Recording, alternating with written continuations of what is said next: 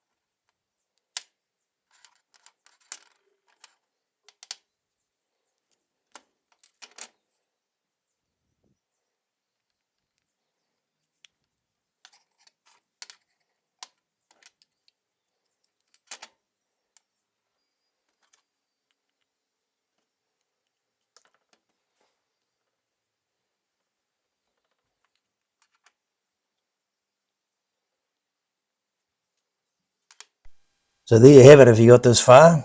There's all my bits. I've got my scales, the liners, spring, blade, as you can see, and my fastener in there, and my pins. So all we're up to now is final fit up, put it together, and yeah, I'm probably at the 7 3/4 hours mark. So what's left to do on it, I'll put my maker's mark on as well. As you can see there upside down, and I'll put a bit of Danish oil on these when I pin it together, and that'll be that. I've made an innovation there with a pin, which I haven't put in before. Well, I've only made a couple of these before. So what that does is it spins around there and just holds that from knocking on the spring up in here. There's a wee bit of a ding on there. But anyway, that's the theory. That's the idea. That'll actually still hold it in the same place. So that's all good. So far I'm pretty happy with it. Could I make one in 8 hours? Yeah, pretty confident I could, but I'll talk about that in a minute. I've got my patterns, which are working great. Made a pattern for the liners now as well, so that's all good, and that's what I wanted to test the theory. There's another one there, half finished. Use the patterns on that as well. So I've got a pattern for my spring, as you've seen. Got a pattern for my blade, which I can't find, and got a pattern for my liners. So using the patterns there, I didn't use the rise and fall indicator very much at all. I just stuck to the pattern, and it worked out pretty good. I'm pretty happy with it. Room for improvement, yes there is, always room for improvement, and yeah, but I'm enjoying the process, so it's all good. I've done quite a bit of learning in there as well. Bit of scuffing on there if you can see it. Here's the old pointer. Bit of scuffing there, that's from testing it when it was annealed. Now I know that my patterns are pretty good. I won't have to do quite so much testing, or I'll cover it and do a bit more polishing. But for what it is, I'm pretty happy with it. So from here, we'll do a bit of an outro. And thanks for coming along. And that's pocket knife in probably around about 8 hours, to be fair, which is pretty good for me. So I'm happy with that.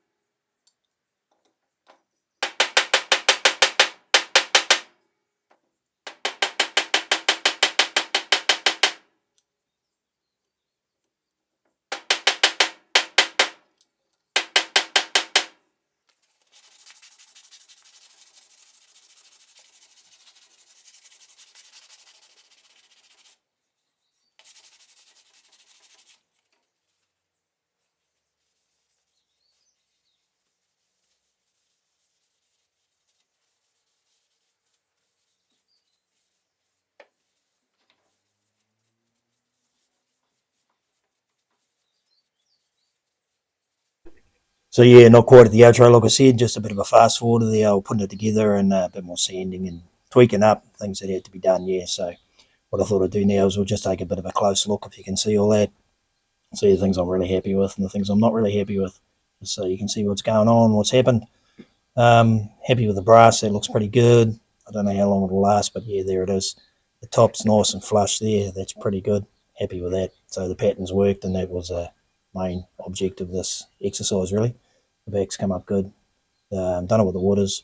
Danish oil is a bit wet at the moment, not really hard, dry, whatever you call it.